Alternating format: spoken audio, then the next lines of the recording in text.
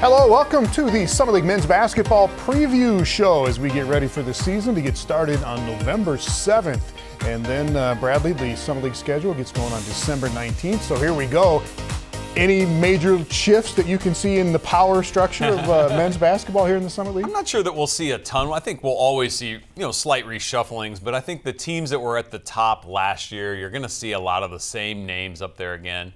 You're not going to see the same players. There's definitely some new players in the league, but these teams that have established their programs, head coaches that have really gone about it a certain way and are recruiting to that, I think are finding good success. Here is how the votes came in between the coaches and sports information people, and the media get to vote on this. ORU, 28 of those 39 first place votes. South Dakota State, the defending regular season champions, in there at second. And then you get to the Coyotes, going to be interesting. North Dakota State's got a lot of new players this year. And then Denver, Kansas City, Western Illinois down there in 5, 6, and 7. I think the reason you see Oral Roberts up at the top is just what they have back. They were the one team this year that was pretty much able to keep their entire roster intact from last year. And of course, you got Max Asmus, who is one of the best scorers not only in the Summer League but in the country, back on your roster for his senior year.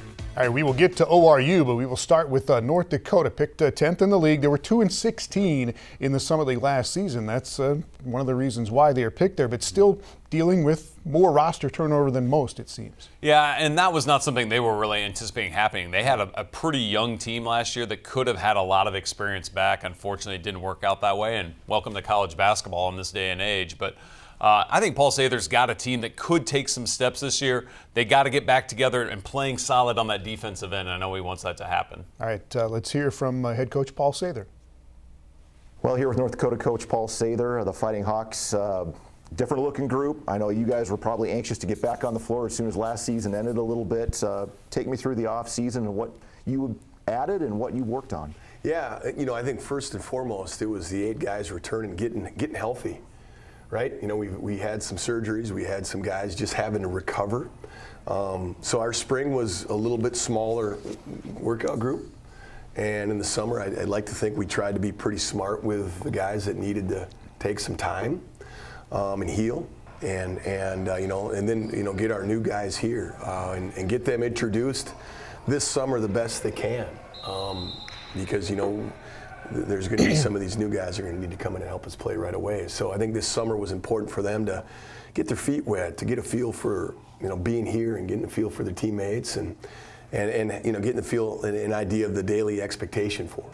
The one area that you can tell is you added a lot of length. It's a much longer team, all 5 positions. Was that a focus in the recruiting process and throughout the summer to try to get a little longer? Yeah, absolutely. And I think, just with, we all know recruiting's changed a lot in the last couple of years. So, I think we've had to kind of manage and fill voids that maybe we didn't think we'd have. And I just think this year we did a pretty good job of filling some voids. And, a guy like Jalen Trent, who's our only junior college recruit, he's a 6'4" plus point guard that has great length and great speed and pretty tenacious defensive player. And so having him out there at a point guard position, along with someone like Reed Grant, who's not small either, having those guys playing a lot of point, that's 2 pretty good-sized guards that both, I think, have shown that they can play that position and help us. Personnel-wise, do you play any different because of what you have now on the roster? Yeah, there's definitely some differences I think we're doing offensively and maybe even on defense at times. Guys like B.J. Omad, who's probably taller than me, and pretty versatile guard, wing, forward type player. You can play him at different spots. He can guard different positions. Trayson Eaglestaff's a big guard that is new to us that we didn't have last year like that. So it's along the lines of Matt Norman, who's 6'4", 6'5", shooting guard. And I just think the size and the length, a guy like Mitchell Suker, you play him at a 4, you can also play him at a 5. You play him at a 5 and we have a really skilled group out there with guys that can really shoot it. I think we're going to have a group that's pretty versatile. Getting Brian Matthews back and healthy from his back. With the new guys we have and the returning guys we have, I do think there's some different things we can do and some, it's going to be fun to, see what Elijah Brooks, our kid from Kansas, can do when he's on the floor, because I just feel like he's another guy that keeps getting better every time he has a practice. We're looking forward to it, Paul. Thanks for the time, and we'll talk to you down the road. Sounds good. Thanks. A common theme we heard there was adding some length and size to this team, and that's all about then improving defensively like we were talking about. Paul Bruns, who was really good last year as a freshman, transfers out, goes to the University of South Dakota, so that's one of the holes they had to fill. But Mitch Suker, going into his third year at UND now, and he was kind of injured toward the end of last year, but he's back this year to help lead the Fighting Hawks. I think we're all excited. I mean, we got a bunch of new guys, which helps. I mean, their energy coming in is good. And then, yeah, obviously, we think we have something to prove because that's just not who we are last year. And, yeah, we're excited to get back out there, have some games, and we're also just having fun practicing every day. It's fun to see these young guys just out there, pushing us, making us earn everything every day because, yeah, they're definitely going to be on the courts.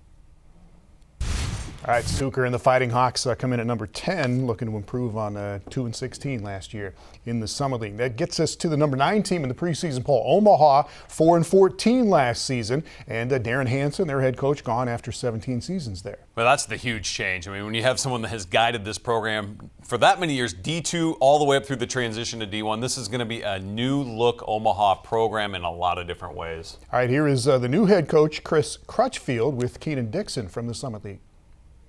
Your third stop here at Omaha, first as a player, then an assistant coach, and now you're back as the head ball coach. What are the emotions coming into this first season? Well, part of it is a lot of excitement. Just excited to be back and excited to take over Division I program. And we're building a foundation, and the ultimate goal is to get this team to its first NCAA tournament. The coaches that you've coached under, Lon Kruger at Oklahoma, that's probably the most notable name, but the experience that you've had, you've kind of been all over the place. What stop has kind of taught you the most? Well, I probably would have to say Oklahoma because I've been there the longest. I think Lon is one of those guys that have a great offensive mind for the game of basketball, and he's really, really smart. So I was able to pick up so many different things from an offensive standpoint from him. Some of the stuff we'll use, this year with our teams. Then just been around Lou Henson and Scott Sutton and even Dana Altman just last year. We'll copy some of the stuff that they did. So I've been blessed to be around some really, really good coaches and I've been able to pick up a lot of stuff from them. You're stepping in game one against the reigning national champions. That's a difficult spot to go into Fog Allen. Well, I think we got to look at it this way. It's going to be fun. It's going to be a great atmosphere. And they're going to be putting their banner down, and it's going to be a lot of excitement in that building. We just want our guys to go in and compete, just compete and enjoy the atmosphere because it's one of the best venues in college basketball. The basketball fans in Kansas, they're similar to basketball fans here in the city of Omaha. They're just across town, right? So you're trying to build up something. What's it going to take to do kind of what McDermott has done across town? Well, one is going to take really, really good recruiting. It's going to take a city like Omaha to get behind us to support us. Our staff has to be engaged and stay engaged and stay the course. There's a plan, there's a vision in place. And when you're building something and we're at the foundation level, we poured the concrete and the slab is set right now, so now we have to build it up from there. And we got to be patient. We got to be patient. But I think it's something that will get done just because we got an administration that's going to support it, a whole new vision, and I totally believe that it can happen here. I love this hire for Omaha. Chris Crutchfield coming back to his alma mater with a great experience, great ties in recruiting. In the city of Omaha to sell, I think this program's certainly going to be on the uptick. There's no question about it. And they've knocked on the door of getting the NCAA tournament in the past. They know they can do this. Tough comparison to Creighton. Yeah. It's a different level, but Frankie Fiddler is one of the guys that is still with the Mavericks, and he goes into the season with plenty of confidence. I think I'm the best player in the conference. I think when I'm on the floor, I think I can do it all. No one in front of me can stop me. That's how I've been all my life. I've never seen I've never bowed down to anyone or said, I can't do it. So that's kind of how I've been all my life. He might not be wrong. I don't know. I'll take Fiddler and Max Asmus and you can have everybody else to lead the league in scoring. Would you take that wager? Boy, I don't know. Those two guys can really fill it up. Fiddler got so much better game after game last year. Just as a freshman, he's got a bright future. Had a 37-point game and a 34-point game last year, Frankie Fiddler. So the Mavericks come in at number 9 in the preseason poll. When we come back, the newest and the oldest teams in the league come in at number 8 and number 7 in the preseason poll. That's St. Thomas and Western Illinois.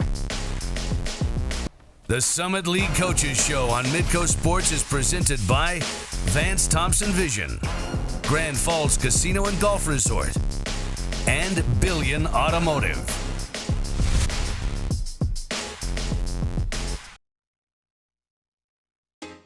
The Summit League Coaches Show on Midco Sports is presented by CU Mortgage Direct, Sanford Orthopedics and Sports Medicine, American Bank and Trust, and Agtegra.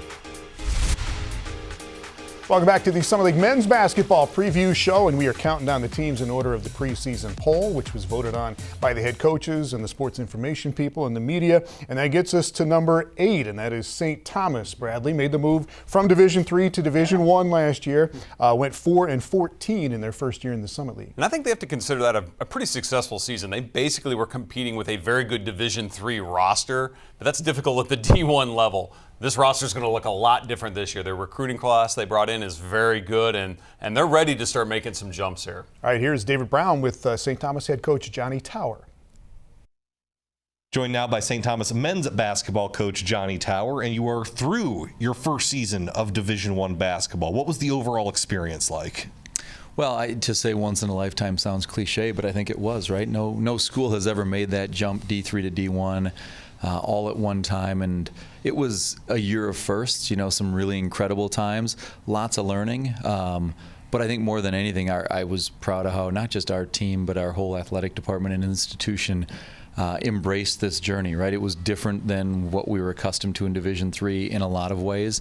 But to me, the exciting part of last year was seeing all these guys, many of them who had played for us in Division III, have this chance to do something that they didn't intend on when they came here. And it's easy to lose sight of we're in the business of higher education, right? And our job is to provide outstanding experiences for student athletes. And I thought our guys last year both had a lot of really, really special memories, and they also made me really proud as their coach how they competed. I know there were a lot of people around the country in Division III that were watching us proudly saying, look at how the best guys in Division III can compete, but then also to know what they put into every game, and win or lose, I think we walked off the court knowing that we had done everything we could to make our university proud. And you mentioned the winning or losing part, and I know it wasn't about wins and losses last season, but you won 4 conference games, and you were competitive in a lot of the games that you ended up losing. How did you overall assess the competition level and sizing up to that Summit League competition initially? Last year, we didn't know. I mean, I think there were some people that didn't think we'd win a game. There were other people who probably thought we'd do just fine. And, the reality is I think we used different metrics last year than before. Winning and losing mattered. But it was trying to qualitatively say, are we improving? Are we doing the things that are going to give us a chance to win? Because we knew, and our guys embraced us, that athletically, if we just went toe-to-toe with people, we weren't going to fare very well. So we better take care of the ball. We better shoot it well. We better play tough and tenaciously on defense and play within ourselves. And so in that sense, I can tell you that our national championships in 2011 and 2016, I wasn't more proud of those guys than I was last year's team, because what guys did last year was truly unique and special. Overall, what are your expectations for year 2 of D1? Frankly, I hesitate to put too much into wins and losses, and I think there's going to be games that we look markedly better than last year, but I'm also realistic enough to know that last year we were playing all these veterans who never turned the ball over, and they were really, really cohesive as a unit. I think there's going to be some high highs, and there's also going to be more learning and growth for those freshmen that we have, and that's all a part of it. So I think, our expectations are never going to change about us being competitive in the way we play and the values that we have. But it is, we're not going to put a number on the board as far as how many wins or what place. It's more about how good can we be, and can we be peaking at the right time of the year and come together and play a style of basketball that people both appreciate in the short term, and also I think the long-term vision that Dr. Eston and others at our university have for this athletic program is to continue to move that forward. Well, he certainly has some good players coming in. I think they're going to help them in some of the deficiencies they had last year, namely rebounding and defending, because they've got more length and athleticism to be able to do those two things. Good shooting team, really good shooting team. Riley Miller is back for his 5th year now with the Tommies. A lot of it was location. I like my family coming to games, and then Coach Tower had like a vision for this year, and I was able to bridge the gap between the Division III guys that were playing Division I and then these new freshmen that are coming in and some of the transfers as well. Even some of the losses, we were competitive for the most part, and most of our games outside of like 2 or 3, we had a chance to win 5 minutes from the end. So it was good to see, especially with some of the guys that aren't with us this year that graduated or moved on, but just the D3 core we had was super close. And they were picked last year. Nobody knew anything about what they were going to be able to do. They finished 8th, better than 8th this year? I'm not sure. I think that's about where they should be. I like that pick. I think they're improving every year. Expect them to move up just a little bit. All right, St. Thomas at number 8, and that gets us to Western Illinois coming in at number 7 in the preseason poll. The Leathernecks 6th in the league last year at 7-11. And probably a little disappointment, getting the team they had back. They had a lot of veteran players, guys that had had a really good year together the year before with Rob Jeter as their head coach. And for whatever reason, didn't quite click, especially on the defensive end. They really had a hard time being consistent there and getting teams slowed down. All right, here's Rob Jeter with Alex Heinert. Rob Jeter, hey, great season for your group last year. A 9-win improvement over your first year in Macomb. What are some of the steps you saw this group take from year 1 to year 2? You're starting over from the beginning in year 1. I think in year 2, there should be some carryover. Some continuity, and I think that's what really showed in that second year. We had some little continuity. We added some key pieces. We're able to fill some holes, and it all came together, and we had a tremendous start. Now, the end of the season wasn't quite the way we wanted it to end, but we made significant strides as a group. Yeah, this team was on fire to start the campaign. Now, you're tasked with replacing 4 of 5 starters, and that's a big task because there were a lot of important pieces that that have moved on. How did you and the staff go about trying to rebuild this team now? Yeah, it's important not to try to repeat and go back to year 1, right? Especially when you have a lot of new faces. But we still have some key contributors. Trenton, a point guard, Trenton Masner is really going to help anchor our team. So we have to build around that. We had Quillian Bennett, who was injured last season, but still practiced, was around. So he has a familiarity of what we want to do and how we want to do it. So we have to really rely on those 2 guys. To kind of pick up the slack and really train and teach and set out the standards for the other guys. And then we just have to do the best we can to get the other guys, the new guys, up to speed as quickly as possible. Coach, last year's team felt like it was predicated on great offense and strong on the glass. You were one of the best teams in the league in both of those categories. A lot of new personnel, though. Do you feel like this year's group will mirror some of those strengths, or is it a different type of a team that we should expect this year? Yeah, it's a different makeup. Last year we were really big. We could shoot the ball well from the perimeter. I thought defensively we had to do it more as a group. This year's team is set up a lot different. We're not as long, but we're more athletic. I think we can move the ball up the court a little faster. Defensively, hopefully we can make up for some of our mistakes that we couldn't make up for last season. So what does that all mean? I'm not quite sure, but it does help having an all-league guard on our team in Trent Masner. Yeah, you mentioned Trenton. He had a phenomenal season in his first year with the program. His first year of D1 basketball last year. What should we expect from him now with a year under his belt? Well, hopefully some maturity. Hopefully we have a player that is grown up, stronger, better, has a more of an understanding of how to be a better leader. And I think that will help us. We're definitely going to need that. And he's going to be playing primarily the point guard position. Last year, he had to split that position with Colton Sandage. This year, we've given him the basketball, so he should be more comfortable right away. Now, this team did lose 65% of their scoring, but with Masner back, that's a good place to start. Now, can the supporting cast come alongside him to help carry some of that load? Yeah, he led him in scoring last year, and we heard a lot about him. Here's Trenton Masner. I think every year is different. Every team's different. We have different style players, but not just as good in different ways. I think we're definitely a tighter group this year. I feel like than we were last year. We just have really good chemistry and people just pulling for each other, and I think that's really important, especially when it comes down to late March when you need each other. All right, Trenton Masner, certainly a proven player in the Summit League. We'll see what else develops at Western Illinois as they come in at number 7 in the preseason poll. Up next, two of the big city teams in the league, Kansas City with a well-known new head coach, and Denver trying to make a move out of the middle of this Summit League pack.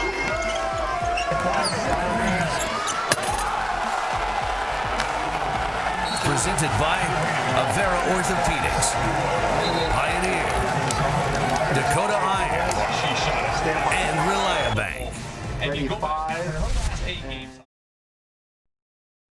The Summit League Coaches Show on Midco Sports is presented by Vance Thompson Vision, Grand Falls Casino and Golf Resort, and Billion Automotive. Welcome back to the Summit League Men's Basketball Preview Show, and we are counting them down in the preseason poll. Number 6 is Kansas City, and they are in the 3rd year back now after a stint in the WAC. The Roos were tied for 3rd in the league last season, had a really good year, but some shakeup in Kansas City now. Again, a coaching change and a complete roster change, so this is going to be a completely different Kansas City team.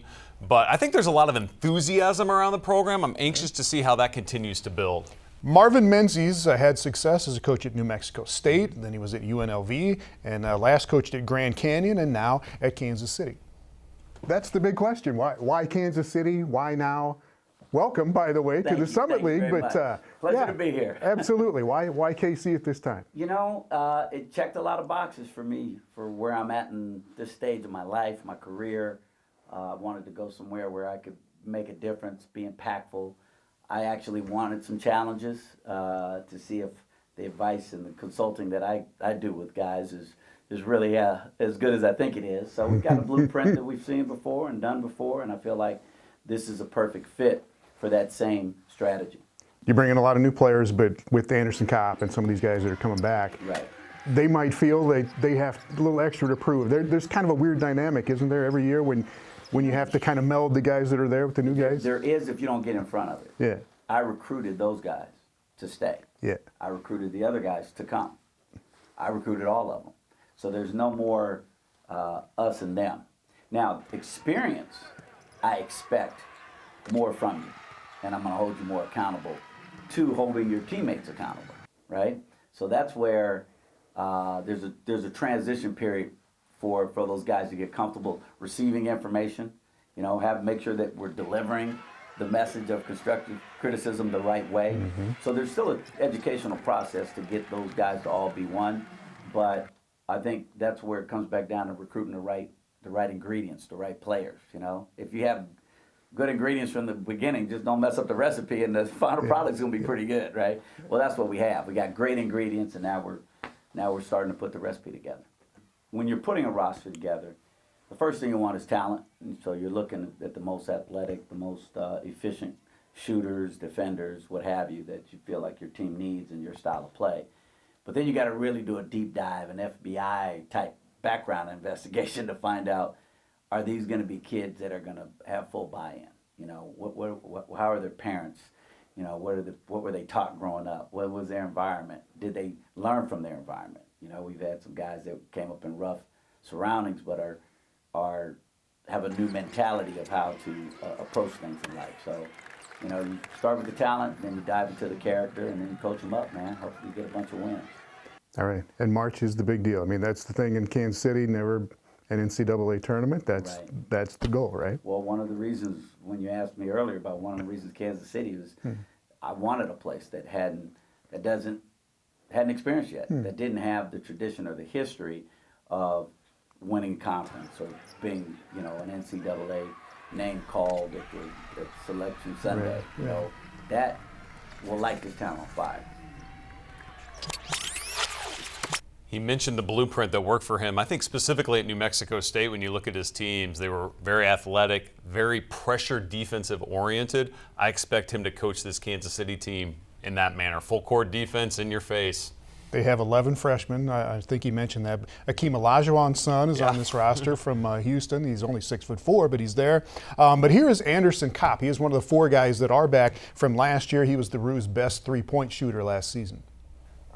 Yeah, just improving on my shooting. I think I can do a lot more. I had an off-season surgery that cleaned up some stuff that I was battling through last year, so my body's feeling a lot healthier. And so, yeah, I just want to be able to put it on the bounce a little bit more this year, and also just continue doing what I do, which is shooting the ball. And then obviously Coach Menzies has a great defensive plan, and so he's been really working with me on defense and taking that level up and up since he's got here. They will be interesting, if nothing else, to watch this year, Bradley. Absolutely, yeah. Anytime you got a new team, new faces, new coach, there's a lot of unknowns, but a lot of excitement around it too. All right, Kansas City at number 6, and that gets us to number 5. That is Denver. Pioneers came into the Summit League in 2013. Their best finish was 3rd back in 2018. They were 5th last year.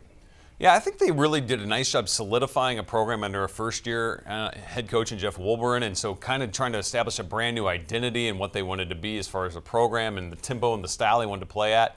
Now can they build on that? They lost a few key figures offensively, but they've got some stuff back too. I think that's why you see them picked kind of in that same spot in the middle of the pack. All right, here's the coach. Jeff Wolberin, congrats on a great first season in charge of the Denver Pioneers. Talk a bit about the biggest factors in going from a team that just won 2 games before you arrived to an 11-win season a year ago. I would say that the biggest thing that we did, and I would say the most important thing that we've done to have progress in our program and to sustain the progress over time would be to establish a culture in our program, bringing in kids of high character, high integrity, kids who chase excellence in all they do, kids who understand the value of an education, and always have conducted their lives that way. So we have established an identity that I think has laid a foundation for success and future success, and that's completely off the court. So in addition to the identity, I think we've done a nice job recruiting. While we have used the portal, we certainly understand the importance of laying a strong foundation of good young players in our program.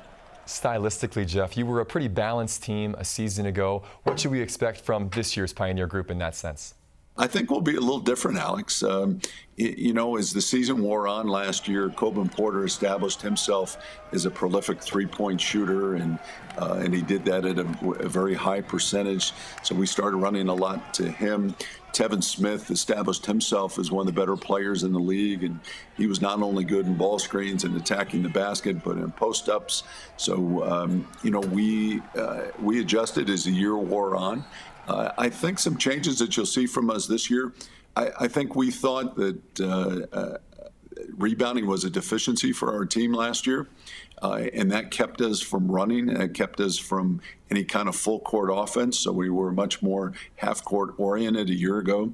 I think we have really improved our front court, really improved our rebounding both on the offensive and defensive ends, and I think on stops now you're going to see us try to get the ball out, attack a defense that's not set yet, and try to get some baskets in transition.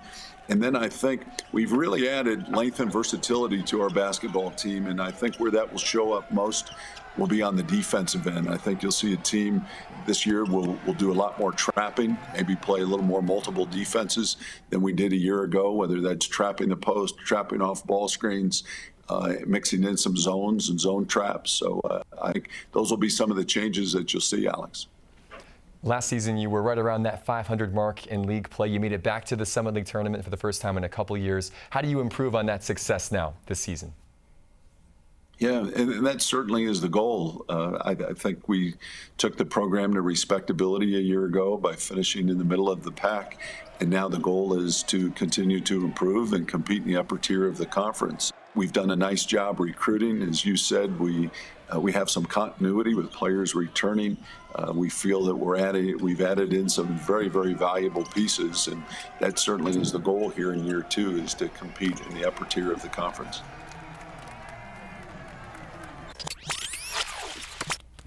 I think Denver definitely has got some pieces in place to make those strides. He mentioned the rebounding. I do think that's an important piece of this team, and it sounds like they've made some improvements there just with recruiting. Added a 6'10" transfer from Stanford. We'll see how that works out. But he talked a little bit there about Tevin Smith. Here's Tevin Smith. What we needed last year, we had, especially on the defensive end. I think we weren't as athletic and big this last year. A lot of teams posted us up. This year, I think teams are going to have trouble with that. We're very athletic. I see us being one of the best defensive teams in the Summer League. I believe we are still like the underdog. Like we have to prove ourselves each and every year, regardless of how we did, especially how we did. I mean, we did good, but we could definitely do better this year than we did last year.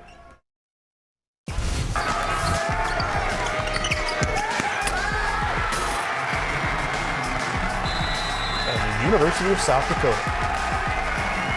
The Summit League Coaches Show on Midco Sports is presented by CU Mortgage Direct, Sanford Orthopedics and Sports Medicine, American Bank and Trust, and Agtegra.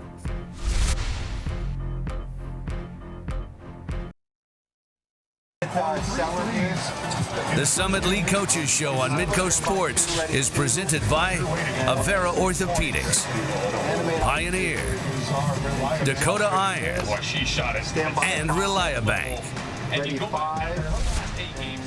And welcome back. Counting down the Summit League men's basketball teams in reverse order of the preseason poll with Brad Newitt. Number 4 is North Dakota State, and the Bison's second in the league last year at 13-5. 23 wins overall was the second most in the league, but they've lost a lot of points and a lot of rebounds to graduation or to transfers. They did. 67% of their scoring gone, and you look at the team coming in this year, they have 6 freshmen, but to pick them fourth, I think, speaks to the volume of quality of what this program is over years with Dave Richmond coaching them. All right, here's Coach Richmond with Taylor Budge.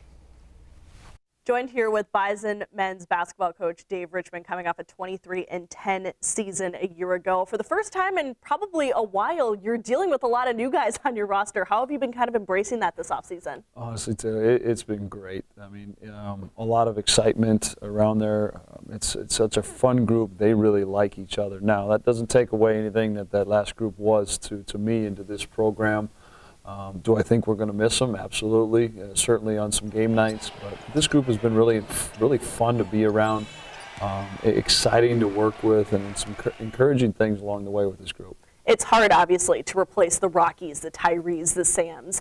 But you're really having a lot of energy towards this newer group. Why is that, and maybe who are some players you're expecting to stand out? Well, here's the reality of it. It's college basketball, and with those guys, without those guys, life's going to go on. And because of our successes, because of our standard of successes, people want a piece of what we had. And so we know no matter who's on our roster, no matter who's playing based on injuries or whatever, we're going to get everybody's best shot. And that's exciting to us. We come here to be a champion, and hopefully we can continue to maintain, and not just maintain, build on those things that have made us champions. And obviously the ones that come to mind are, the Grant Nelsons, Andrew Morgans, Bowden Skunbergs.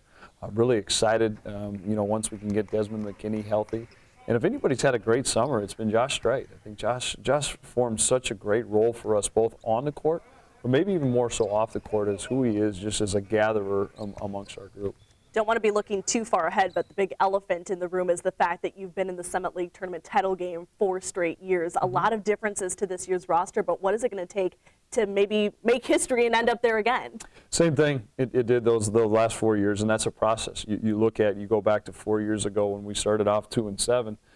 No one remembers that 2-7 start. They just remember us beating Omaha in the championship game and going on and playing in the NCAA tournament, winning a game and playing Duke. Well, no matter how we start, no matter what happens in between, it's about us showing up every day. And I know that's not the media excitement or bulletin board material, but we need to stick to us and focusing on us and getting better. And that's the exciting piece, and I think any coach will tell you that from the top.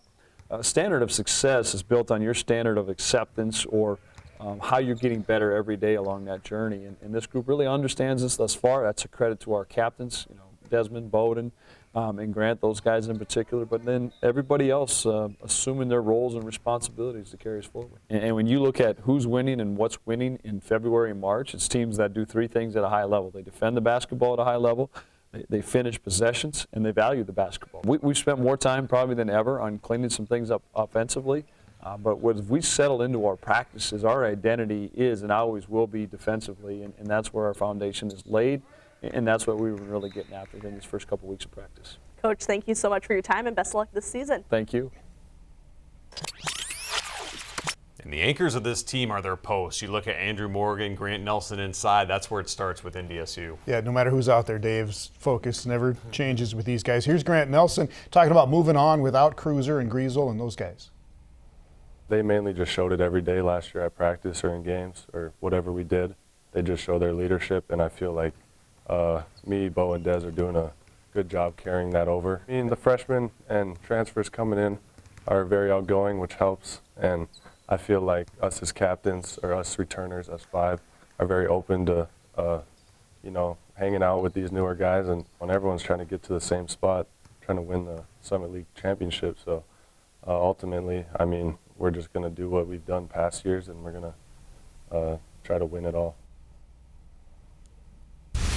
Grant Nelson is almost 7 feet tall. Really good three-point shooter, though. Yeah, just a really difficult matchup for anyone in the Summit League to try to slow him down. All right, North Dakota State coming in at number 4 in the preseason rankings, and that gets us to number 3, and that is the University of South Dakota. Coyotes got one first-place vote. It's going to be a really intriguing team this year, isn't it? It really is. I mean, they have a lot of scoring back, but it's what they're adding. A.J. Plitzowhite, who missed all last year with injury, back in this lineup.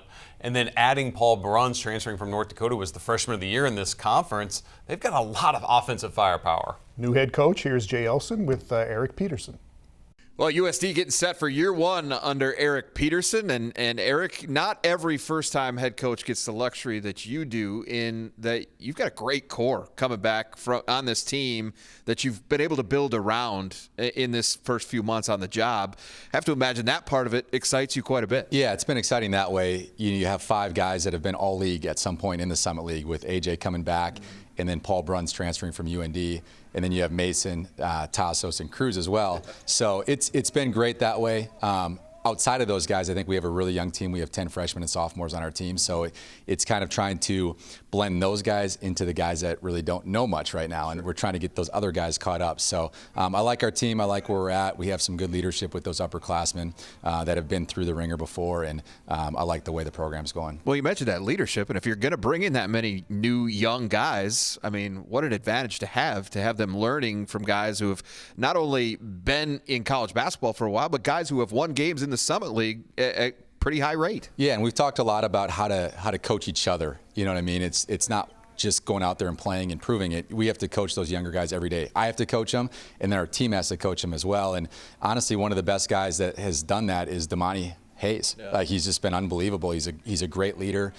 He's everything about Gata that there can be, and I think he shows it on the floor, but he's really good with those young guys and just bringing them up and coaching them up as well. And he's one guy that probably won't get enough credit because he's never been an all-league guy, but I think he's absolutely crucial to our team, and he's probably one of the most productive players we've had on our team this summer. So I'm excited about Damani. Gata, get after their butts. Yeah, their butts. That's a Craig Smith carryover and something that you've carried with you for a long time. But as you look at everything and how everything has come together to this point, I mean, how ready are you? I know you get a little time yet before Wisconsin rolls around, but at the same time, it's not a ton of time. We're getting close. Yeah, first of all, when you're Gata for 8 years, it just kind of sticks with you and you just can't let it go. So we're working towards that. But no, I think our non-conference schedule is really tough. And, a couple of different things. We picked it up late, obviously, and there's less teams available late. But I think we really wanted to challenge our guys because we do have a good team, and we'll be challenged very, very well early.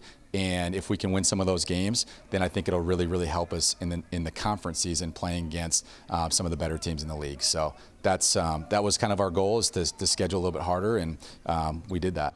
And quickly, as you look at the league, I mean, it feels pretty wide open this year. Obviously, a lot of talent has exited, as you see every year, but it's becoming more and more of a thing with the transfer portal being what it is. But how do you figure you guys figure in? Yeah, so I don't know. It's hard. You're out of the league for 4 years. I actually spent a lot of time this weekend watching film from last year, and the league is somewhat similar. It's a very, very good three-point shooting league, and there's a lot of skilled players in our league. I would guess that Oral Roberts is probably picked towards the top, and then after that, I think we'll all just kind of figure it out. But I like our team. I like the direction our program's going, and I wouldn't count us out.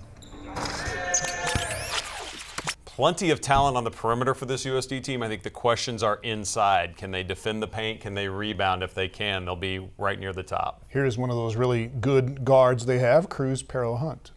Energy. I think he brings a lot of energy. Every day he brings a lot of energy. I think the guys get juiced up. The way that we practice is a lot different and very up-tempo, and I think that it's obviously been successful for him and his teams, and he's brought it to us, and we've kind of pounced from there. I think it's been it's been quite successful so far, and we're all enjoying the practices. He's definitely pushed it on us, and just the way that we've been practicing and things like that, the little details about things is super important, and I think we've noticed that from the start, and I think we're all just building together towards a successful season and a championships, even hopefully. All right, Eric Peterson and the Coyotes, number 3, and that gets us to the top 2 in the preseason poll, why the Jackrabbits and the Golden Eagles are the Summit League favorites this year. The Summit League Coaches Show on Midco Sports is presented by CU Mortgage Direct, Sanford Orthopedics and Sports Medicine, American Bank and Trust, and Agtegra.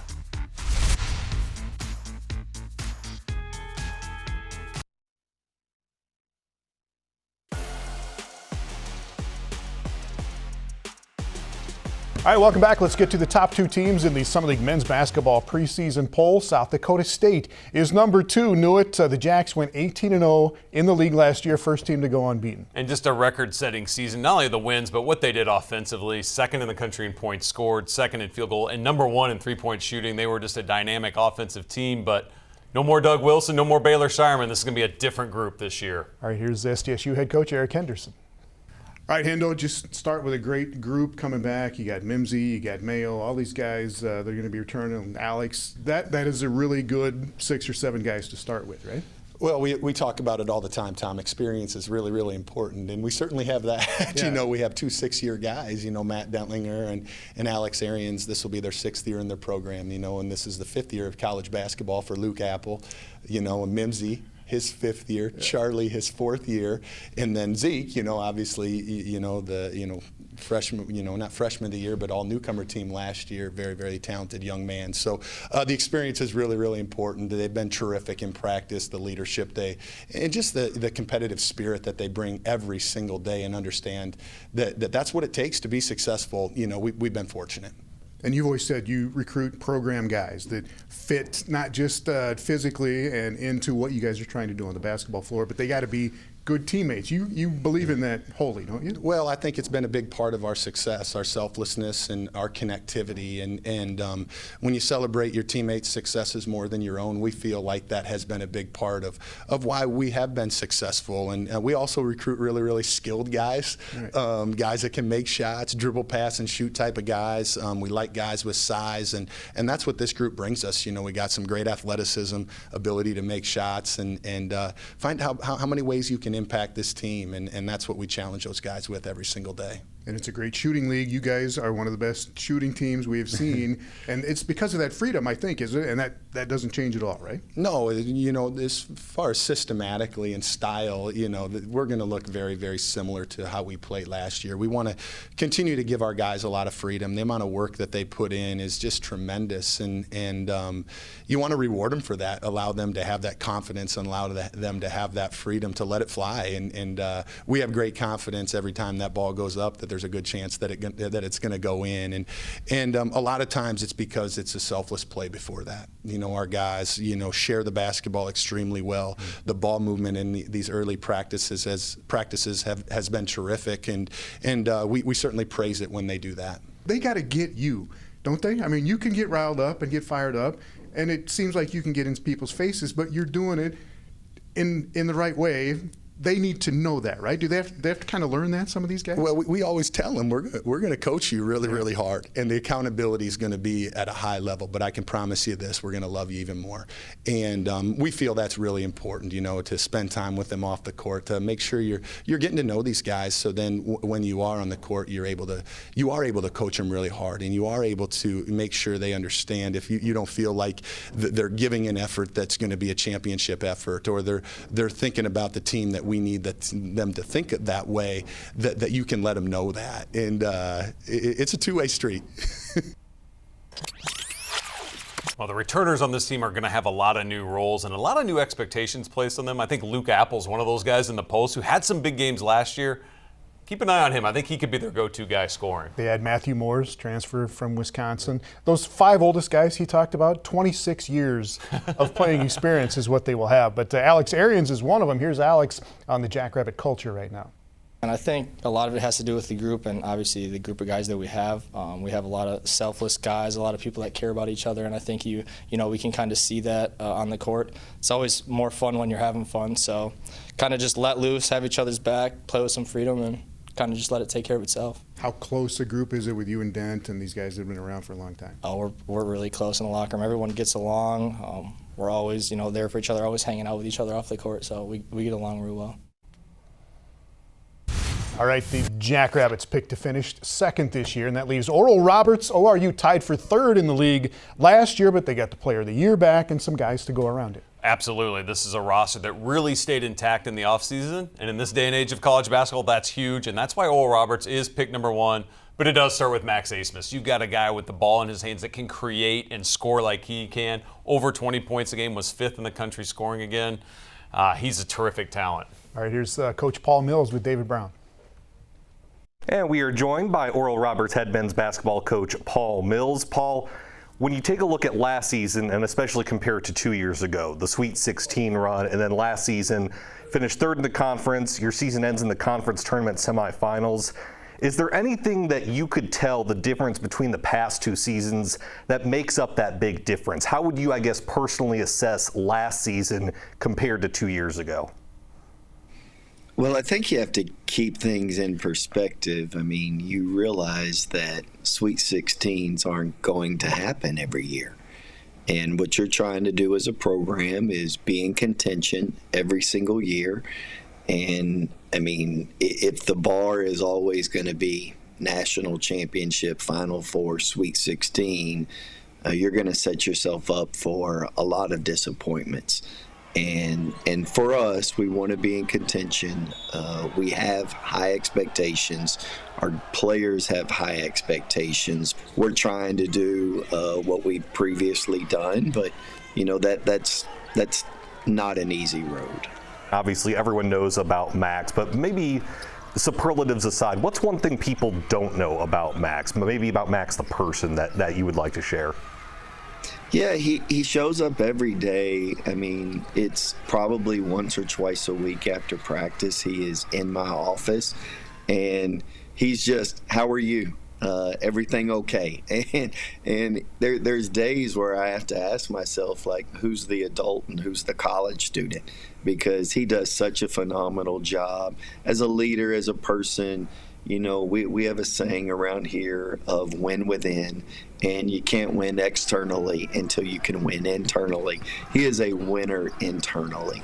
And I think people, if they knew what kind of person he was, I had the Philadelphia 76ers tell me after Max worked out for him, one of their scouts called me and said, we're going to end up working for him one day.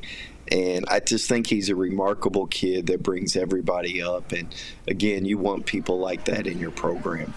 All in all, last thing I'll ask you, knowing what it takes to get far in the NCAA tournament and also knowing what it's like to fall short and be frustrated with that, what's the key for this year's team to get back to the big dance?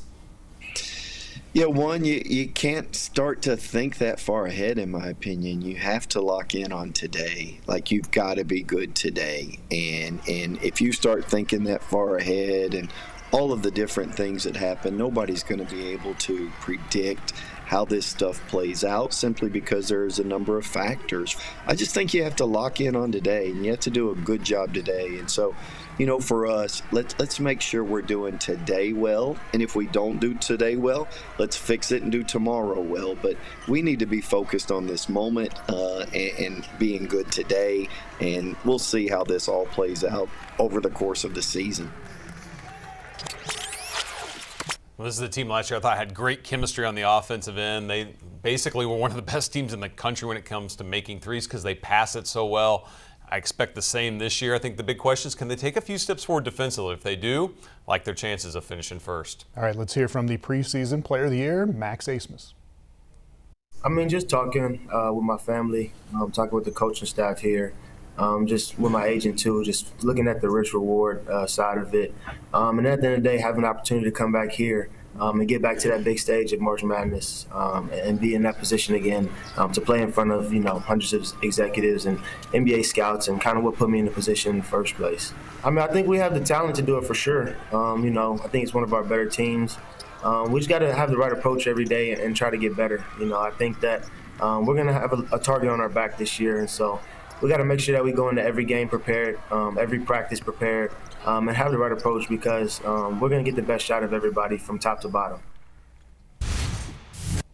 Yeah, that is the truth for sure. They have a transfer from the University of Arkansas, a guy that is 7'5". We'll see how he turns out. Kareem Thompson, Carlos Jurgens, some of those Sweet 16 guys are back as well. Yeah, they've got a great core around Max Asmus to make a great run this year through the regular season and into the postseason too. All right, we will see ORU when they make their trek through the Dakotas. We'll have University of North Dakota, University of South Dakota State home games here on Midco Sports throughout the season. Season starts November 7th.